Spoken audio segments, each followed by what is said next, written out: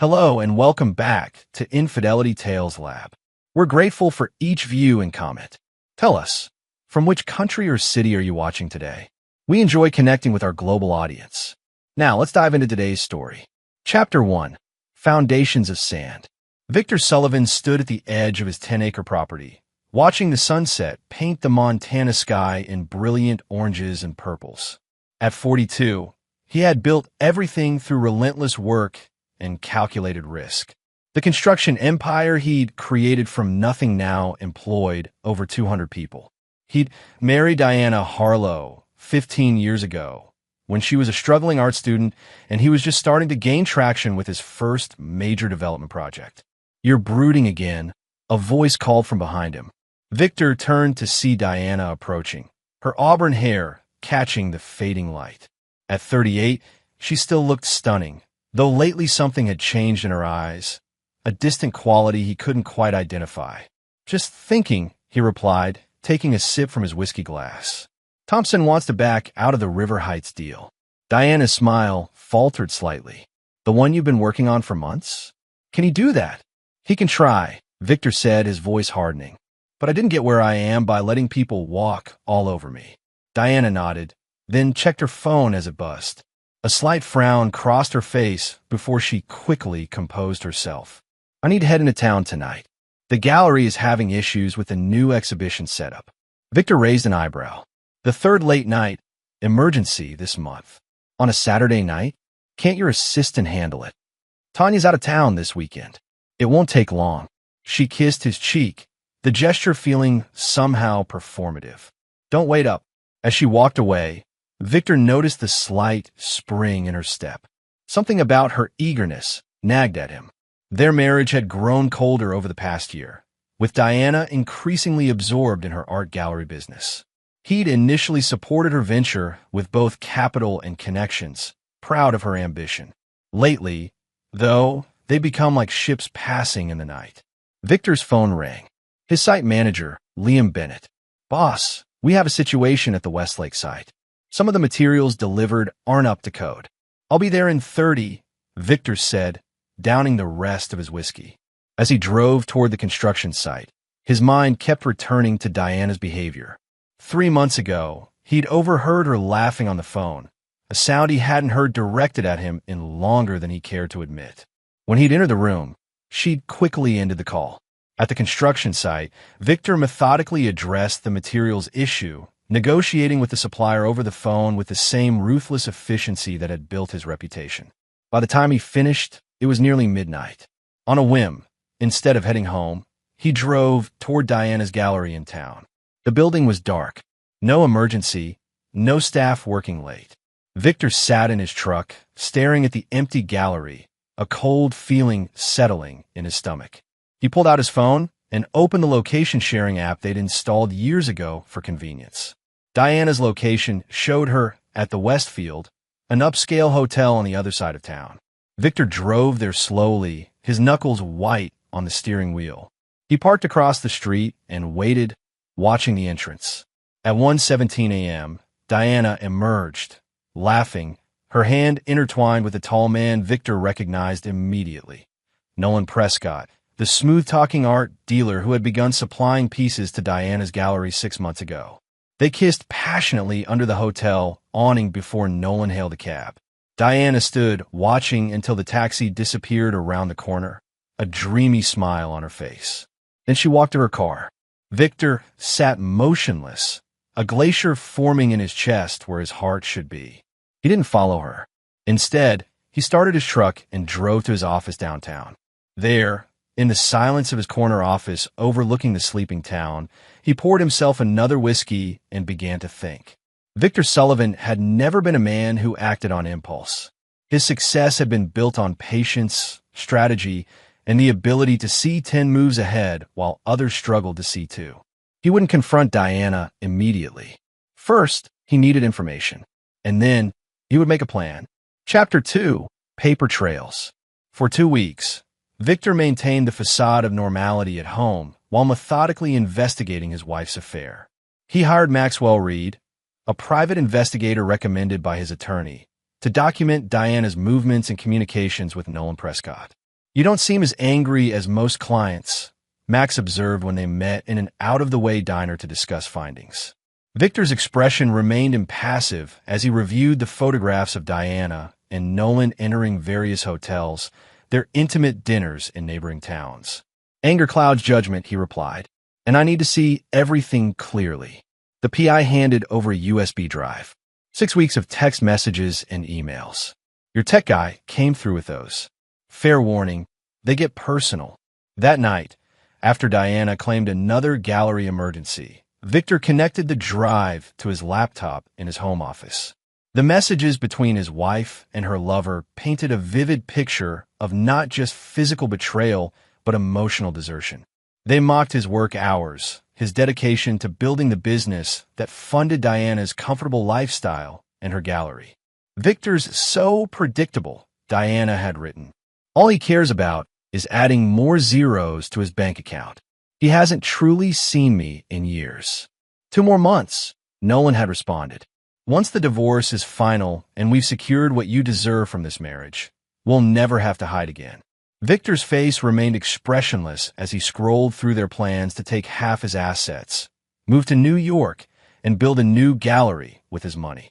Diana had been systematically documenting supposed grievances, fabricated claims of emotional neglect, manufactured arguments, even allegations that Victor had been verbally abusive, all carefully dated and detailed. Setting up a narrative, building a case. The next day, Victor visited his attorney, Howard Lowell, carrying a thick folder of documents. They're planning to blindside me with divorce papers soon, Victor explained, sliding the evidence across the desk. She's been creating a fictional record of mistreatment while sleeping with this art dealer. From what I've gathered, they plan to use Montana's equitable distribution laws to take half of everything, including my business.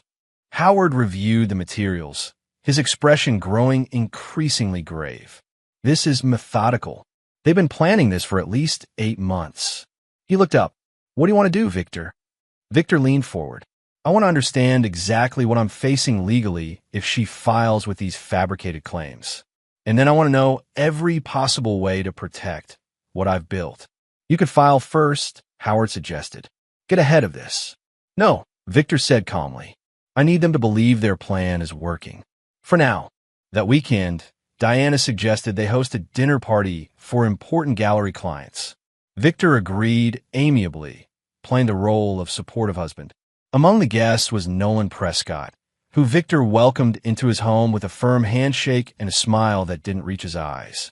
Throughout the evening, Victor observed the subtle glances between his wife and her lover, noting how Nolan charmed their mutual friends and how Diana beamed at him from across the room.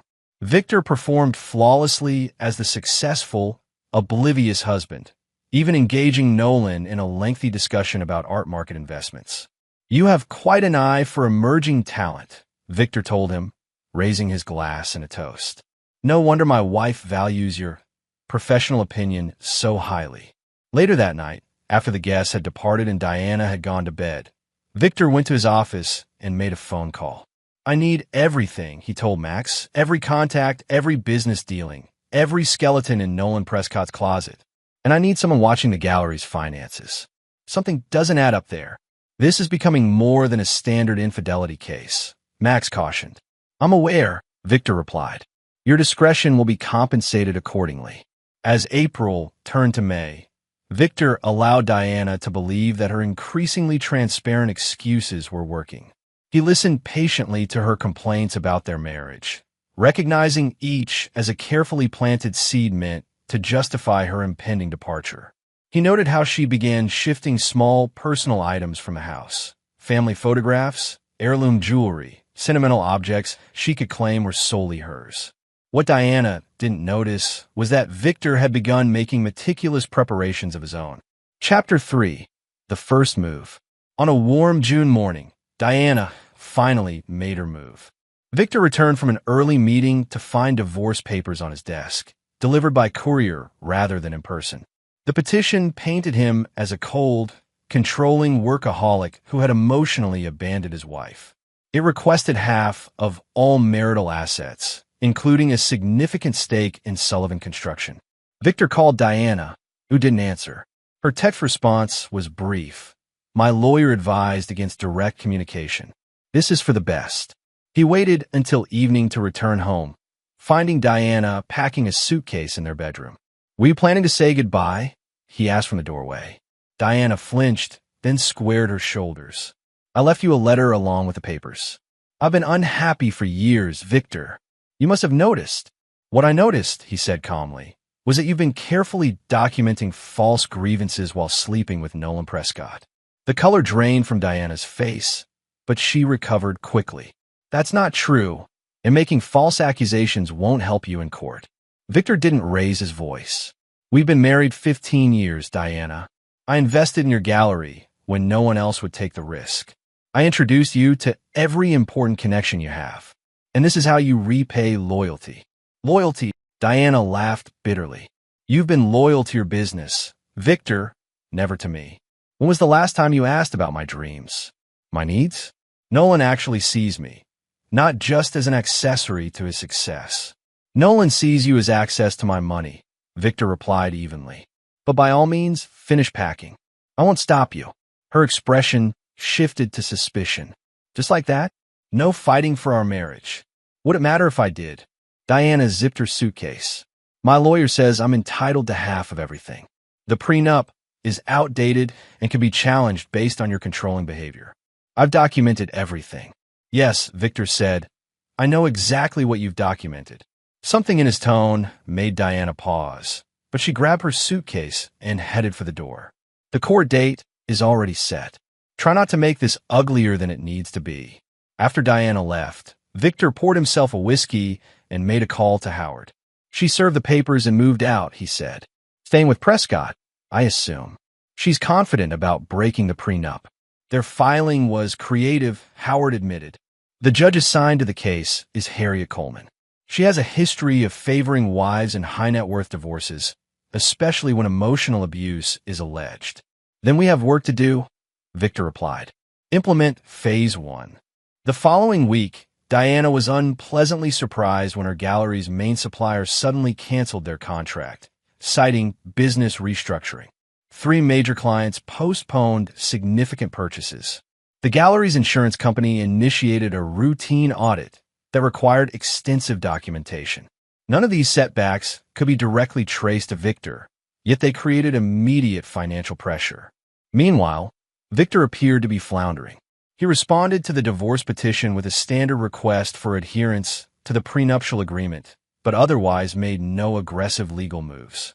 He looked tired in public, inspiring sympathetic glances from mutual friends who had heard Diana's version of events.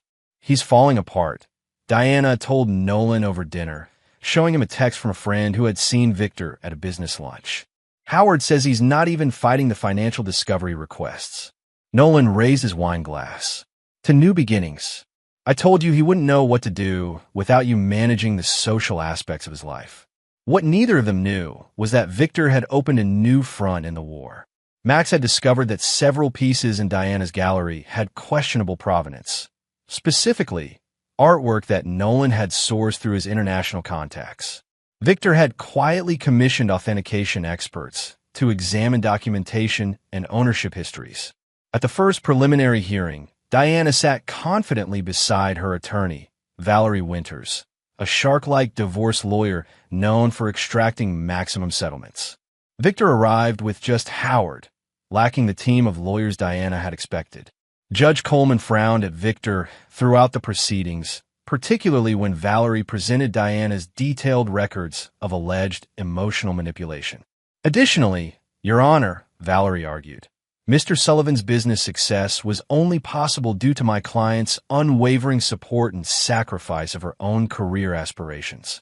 The gallery she eventually established was a mere fraction of the creative potential Mrs. Sullivan set aside to support her husband's ambitions. Victor noticed Diana dabbing at her eyes with a tissue, a performance he once would have found convincing. Mr. Sullivan, Judge Coleman addressed him directly. Do you understand that Montana law considers marriage an equal partnership? Your wife's contributions, while perhaps not directly financial, enabled your success. I understand completely, Your Honor, Victor replied respectfully. I founded Sullivan Construction before our marriage, but I've never denied my wife's support was valuable. The hearing concluded with temporary arrangements heavily favoring Diana, substantial monthly support, continued use of their vacation property, and a freeze on major business assets, pending final settlement. Outside the courthouse, Diana couldn't contain her triumph. The judge believed my lies. You get nothing. The kids hate you, she shouted as they left the courthouse steps, though they had no children, her rehearsed script slipping in her moment of perceived victory. I won. She spat on his shoes for dramatic effect. Victor said nothing, his face impassive. Then Diana's phone rang. It was Valerie. Bad news. Victor heard as he turned to leave. The judge received a package from Mr. Sullivan, and it's not good for us. Don't do anything stupid now. As Victor walked to his car, the faintest smile crossed his lips. Phase 2 was now in motion. Chapter 4. The Package. Judge Harriet Coleman sat alone in her chambers, staring at the contents of the package spread across her desk. What had seemed like a straightforward high-net-worth divorce case had just become significantly more complex. The package Victor Sullivan had submitted contained meticulously organized evidence. Authenticated text messages between Diana Sullivan and Nolan Prescott discussing their plan to fabricate abuse claims. Financial records showing Diana had been siphoning gallery funds into a personal account. Statements from household staff contradicting Diana's timeline of events. And most damning, a journal in Diana's handwriting detailing their scheme to take Victor for everything he's worth. A knock at her door interrupted her thoughts. Her clerk entered with another folder. The supplemental filing from Mr. Sullivan's attorney just arrived, Your Honor. This second package contained evidence that 3 valuable paintings in Diana's gallery, sourced by Nolan Prescott, had questionable provenance. External authentication experts had provided affidavits suggesting they might be sophisticated forgeries. Judge Coleman removed her glasses and pinched the bridge of her nose. She had initially sympathized with Diana Sullivan, finding Victor's calm demeanor somewhat cold. Now she wondered how much her own biases had influenced her preliminary ruling. She picked up the phone to call both attorneys for an emergency hearing. Across town, Diana paced in Nolan's stylish loft apartment, her face flushed with anger. What exactly did Victor submit? She demanded as Nolan poured her a glass of wine with slightly trembling hands. Valerie doesn't know yet, Nolan replied. The judge sealed it temporarily, but she said it's bad, really bad. Valerie warned we might need to prepare for a complete reversal of the temporary orders. Diana hurled the wine glass against the wall, red liquid streaming down like blood. That's impossible. We were careful. Were we? Nolan asked quietly. You told me he was oblivious, that he was too absorbed in his business to notice anything. He was. Diana insisted, though doubt crept into her voice. For months he didn't question my excuses or late nights. Maybe, Nolan said, he was playing along. That same evening, Victor sat in Howard's office reviewing their strategy. Judge Coleman was shocked, Howard reported. She scheduled an emergency hearing for tomorrow morning. The art authentication reports were particularly effective. They've opened questions about potential fraud beyond just the divorce proceedings. Victor nodded. And the financial tracking? Howard slid a document across the desk. Diana's been moving money from the gallery accounts, about $180,000 so far. Some went to her personal account, but nearly half has been transferred to offshore accounts we believe are connected to Prescott. Good, Victor said. Make sure the FBI Art Crimes Division receives the authentication reports anonymously. I want that pressure point established, but not publicly connected to me yet. Howard looked uncomfortable. Victor, I understand your desire for justice. But are you sure about this approach? Courts generally prefer clean settlements, even with evidence of misconduct. Victor's expression hardened. This stopped being about money the moment I read their messages mocking me in my own home. Diana and Nolan believe they're smarter than everyone else. I'm going to correct that misunderstanding. The emergency hearing the next morning was closed to the public. Diana arrived looking considerably less confident, with both Valerie and a white-faced Nolan flanking her. Judge Coleman got straight to the point. Mrs. Sullivan, I've reviewed evidence suggesting you fabricated abuse claims and misappropriated funds from your gallery business. Mr. Prescott, there are serious questions about the provenance of certain artworks you supplied. Before we proceed, I strongly advise both of you to consult with your attorneys about potential criminal implications. Diana started to protest, but Valerie gripped her arm tightly. Your Honor, Howard interjected smoothly. My client wishes to make it clear that his primary concern is resolving the divorce equitably. While the evidence suggests potential criminal violations, Mr. Sullivan prefers to address those matters separately from the divorce proceedings, if possible. Victor caught Diana's eye across the courtroom. For the first time, he saw fear there, the realization that she had severely underestimated him. Judge Coleman nodded gravely. I'm reversing the temporary orders effective immediately. Mrs. Sullivan, you will return any marital property in your possession. The financial freeze on Mr. Sullivan's business assets is lifted. Additionally, I'm referring the art provenance questions to appropriate authorities for investigation. Outside the courtroom, Diana approached Victor, her earlier bravado replaced by desperation. Victor, please, we need to talk privately. This has gone too far. Has it? Victor asked mildly. I'm only getting started. Nolan stepped forward. Look, Sullivan, maybe we can work something out. The gallery has potential. Diana has talent. We could structure a settlement that benefits everyone. Victor regarded him with the same expression he might give an insect. Mr. Prescott, I suggest you worry about the FBI Art Crimes Unit that's currently reviewing those 3 Degas pieces you authenticated. I understand forgery carries significant federal penalties. As color drained from Nolan's face, Victor turned and walked away, Howard matching his stride. That went well, Howard commented, though I'm not sure threatening them openly was wise. It wasn't a threat, Victor replied. Just a preview. Chapter 5, Count to Moves. By the following week, Diana's carefully constructed world was crumbling. The gallery's reputation took a significant hit when rumors of authentication problems spread through the art community. Major clients quietly distanced themselves. Her credit cards, previously paid from joint accounts, now frozen to her, were declined at a high-end restaurant where she was dining with potential investors. Nolan, meanwhile, received an official letter from the FBI requesting interviews about the provenance of several artworks he had sourced internationally. His normally smooth confidence gave way to increasing panic. We need to separate our situations, he told Diana during a tense dinner at his apartment. My attorney says I should distance myself from the gallery operations while this investigation is ongoing. Diana stared at him in disbelief. Distance yourself? This was your idea. You assured me these pieces were legitimate. Lower your voice, Nolan hissed. I never guaranteed anything. The art market has always operated in gray areas. You knew that. I knew nothing of the sort. You told me these were incredible finds from private European collections. Nolan's expression hardened. Your naivete isn't my problem. I'm trying to protect both of us. By throwing me under the bus? Diana's voice rose despite his warning.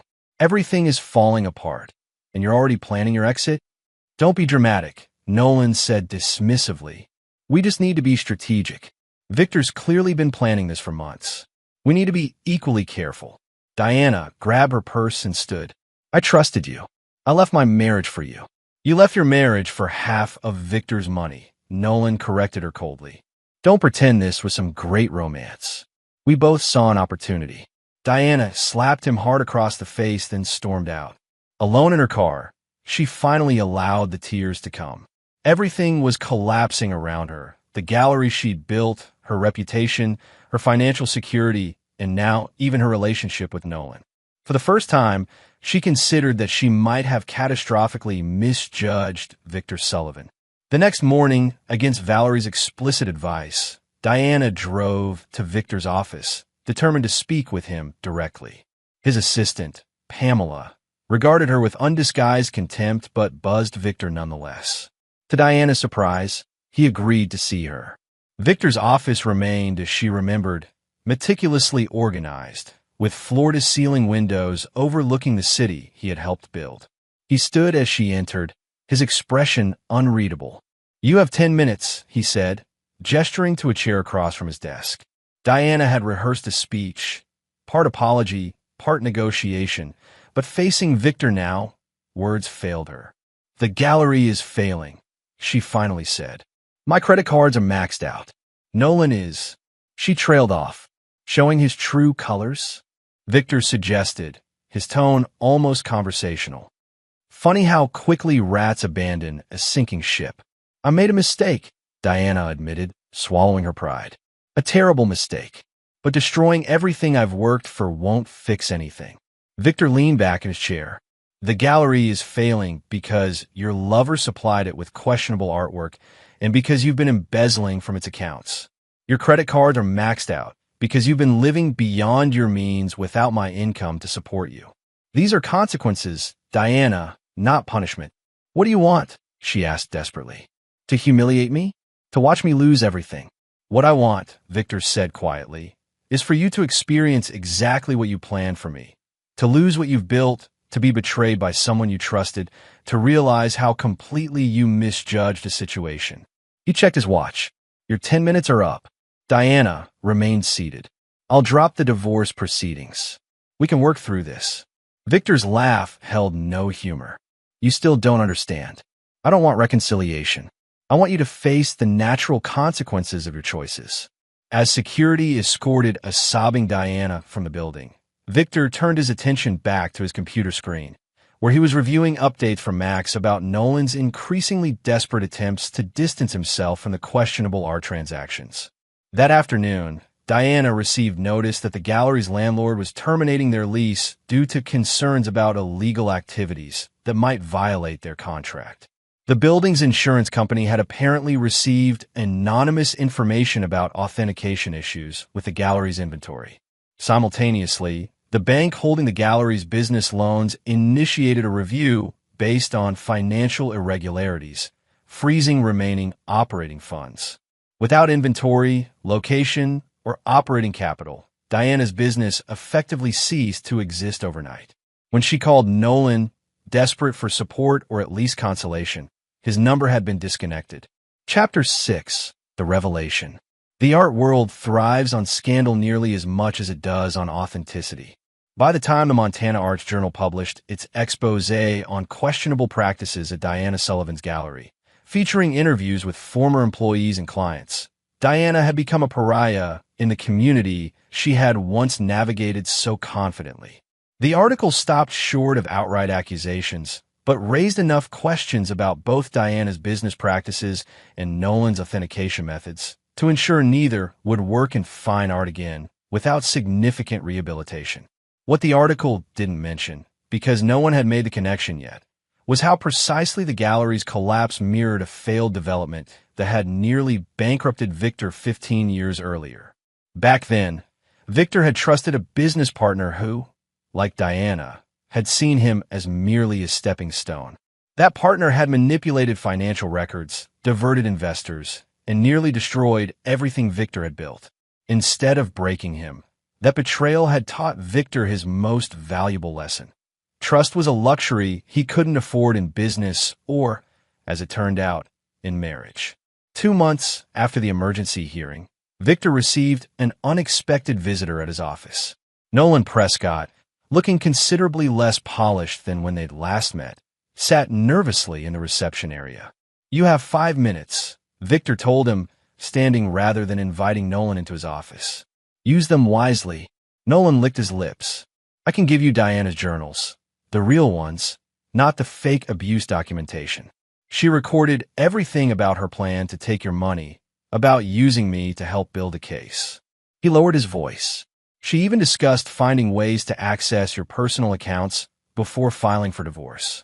Victor's expression didn't change. Why would you betray her now? The FBI is closing in on the art authentication issues, Nolan admitted. I need to make a deal. Diana was the one who knowingly sold questionable pieces. I can prove she knew the risks and proceeded anyway. So you're offering to throw Diana under the bus to save yourself? Victor observed. Just as she predicted you would. Nolan blinked in confusion. What? Diana came to see me weeks ago, Victor explained. She said you were planning to blame her for everything. It seems she was right about one thing at least. She's lying, Nolan insisted. We were in this together, but she was the driving force. I have proof. Victor checked his watch. Your 5 minutes are up, Mr. Prescott. I suggest you take whatever proof you have to the FBI directly. I have no interest in becoming involved in your mutual betrayals. As Nolan was escorted out, Victor returned to his office and made a phone call. He took the bait, he told Max. Make sure the FBI gets an anonymous tip about those storage lockers in Prescott's name. What Victor knew, and Nolan didn't, was that Diana had indeed come to see him again, not to reconcile, but to offer up Nolan in exchange for financial clemency. Victor had declined her offer too, recognizing that the former lovers were now desperately trying to betray each other to save themselves. It was exactly the outcome Victor had anticipated when he'd first seen them kissing outside the hotel months ago. People who betrayed once would betray again when pressure was applied. His plan had simply been to ensure that pressure came from all directions simultaneously. The final divorce hearing was almost anticlimactic. With Diana's credibility destroyed and the prenuptial agreement now firmly upheld, the proceedings were brief. Diana received only what the prenup specified, a small cash settlement and her personal belongings, most of which had already been sold to cover living expenses. She sat alone on her side of the courtroom, Valerie having withdrawn as counsel weeks earlier when Diana could no longer pay her substantial fees. The confident, stylish woman who had once spat on Victor's shoes was gone, replaced by someone hollow-eyed and diminished. As the judge finalized the divorce, Diana caught Victor's eye across the courtroom, searching for some hint of the man she had married. She found nothing there but cold finality. Outside the courthouse, a reporter approached Victor. Mr. Sullivan, do you have any comment on the FBI's arrest of Nolan Prescott for art fraud and your ex-wife's possible involvement? No comment, Victor replied, walking toward his car, where Pamela waited with his schedule for the afternoon. Behind him, he heard Diana calling his name, her voice breaking. He didn't turn around. That chapter of his life was closed. Chapter 7, New Alliances. 6 months after the divorce, Victor stood on the balcony of his Tokyo hotel suite, watching the city lights flicker like stars fall into earth. Sullivan Construction had expanded internationally, with new projects breaking ground across Asia. The company's value had nearly doubled. His phone buzzed with a text from Audrey Keller, the brilliant architectural engineer he'd hired to oversee the Asian expansion. They had developed an easy professional rapport that had gradually extended into dinners that ran late into the evening, discussing not just business but art, philosophy, and their respective views on integrity. Tokyo Tower looks spectacular at night, Audrey had texted, along with a photo from her own hotel balcony 15 floors below his. Better with company, he replied, surprising himself with the invitation implicit in those words. While he waited for her response, Victor reviewed a news alert on his tablet. Nolan Prescott had been sentenced to 7 years for art fraud, with additional charges related to money laundering still pending. Diana's name appeared in the article as a former gallery owner who cooperated with investigators, though her cooperation had come too late to salvage either her reputation or her freedom. After testifying against Nolan, Diana had been charged with lesser financial crimes. She had accepted a plea deal, 3 years probation, significant fines she couldn't pay, and community service.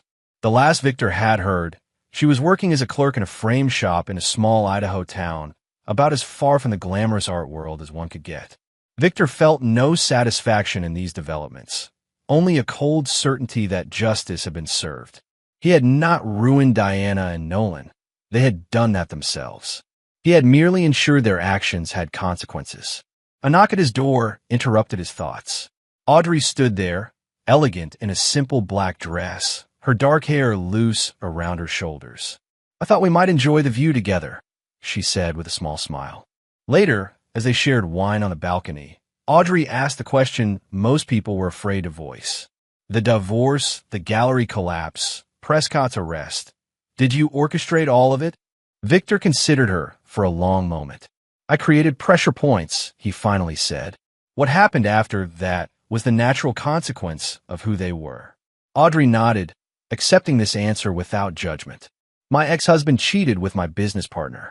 When I found out, I was so angry I could barely function. You seem so controlled. Anger is a luxury for people who lack patience, Victor replied. Revenge isn't about emotion. It's about strategy. Is that why you're here in Tokyo? Strategy? Victor looked out at the glittering cityscape. Partly, but also because life continues. Diana and Nolan were a chapter, not the whole story. Audrey touched his hand lightly. I like that philosophy. Too many people get stuck in their worst chapters. For the first time in over a year, Victor felt something like peace. Not happiness. He was too realistic to expect that so soon. But perhaps the potential for it, somewhere in the future. Back in Montana, construction began on Victor's newest project, a modern art center built on the site of Diana's failed gallery.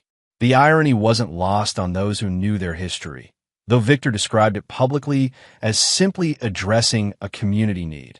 Local artists were thrilled by the facility's plans for affordable studio space and mentoring programs for disadvantaged youth.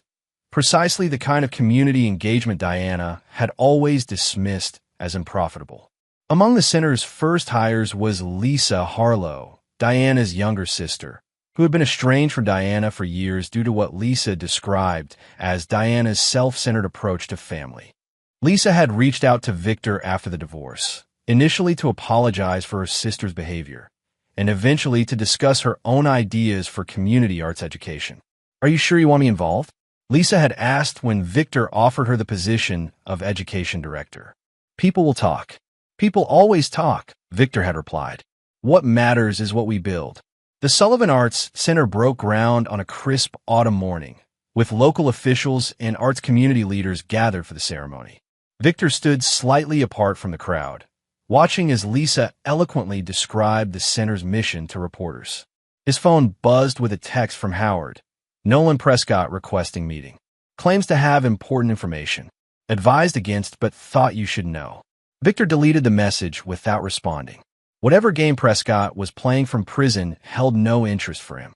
That story was finished. Chapter 8. Unexpected Return.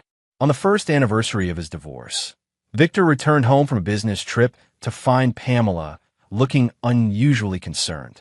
Mr. Sullivan, there's someone waiting in your office. She insisted it was urgent and personal. Victor raised an eyebrow. She, Tessa Harlow, Pamela said. She says she's your former sister-in-law. Victor frowned. Diana had never mentioned another sister besides Lisa. Call security to stand by, he instructed, then headed to his office. The woman who rose from the visitor's chair was strikingly similar to Diana in coloring, but different in every other way. Where Diana had been polished and perfect, this woman had a natural, almost wild quality about her. Mr. Sullivan, she said, extending her hand. I apologize for the intrusion. I'm Tessa Harlow, Diana's half-sister. We've never met because I've been overseas for most of my adult life. Victor shook her hand, but remained standing. What can I do for you, Ms. Harlow? It's actually what I can do for you, Tessa replied, opening her bag and removing a thick manila envelope. Diana sent me these from Idaho with instructions to deliver them to you directly. Victor made no move to take the envelope. Whatever game Diana is playing now, I'm not interested. Tessa placed the envelope on his desk. I understand your reluctance. Diana and I have never been close, different mothers, different values. But she insisted these documents were important to you personally. She stepped back. My obligation ends with delivery. What you do with them is your business. After Tessa left, Victor stared at the envelope for a long moment before finally opening it. Inside were documents he immediately recognized. Ownership certificates for the 3 questionable Degas pieces from Diana's gallery. But these weren't the certificates Nolan had provided. These were authentic verification documents showing the pieces were legitimate, apparently suppressed by Nolan to artificially inflate their value through rarity. Along with the certificates was a handwritten note from Diana. Victor, these won't repair what I destroyed, but they might help you understand what really happened. Nolan convinced me the art world required strategic ambiguity to maximize profits. I was foolish and greedy enough to believe him. The paintings are real. The FBI investigation was based on falsified evidence. some of which I believe you might have provided. If you're reading this, you've won completely. I hope it brought you peace. Diana. Victor set the documents aside, unsure what to make of this development. If Diana was telling the truth, and the documentation appeared genuine, then part of Nolan's conviction had been based on incorrect evidence. Victor had assumed the art fraud allegations were legitimate, focusing his efforts only on ensuring they came to light. The thought that he might have inadvertently facilitated false charges was uncomfortable. Victor Sullivan played hardball, but he had always prided himself on operating within ethical boundaries, even when seeking justice. He called Howard. I need you to verify some documents, and I need everything we have on the Degas authentication evidence. After a thorough investigation revealed Diana was telling the truth about the artwork, Victor faced a difficult decision. Correcting the record would help Nolan Prescott, a man who had still committed other financial crimes. Remaining silent would mean being complicit in a false conviction. Victor ultimately chose integrity over vengeance. He anonymously submitted the authentic certificates to the FBI with an explanation of their provenance. He made no effort to assist Prescott beyond ensuring the truth was available to authorities.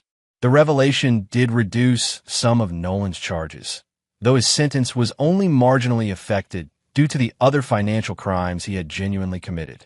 More significantly, it created a public narrative that somewhat rehabilitated Diana's professional reputation, acknowledging that she had been manipulated by Nolan regarding the authenticity issues. When the news broke, Lisa confronted Victor in his office.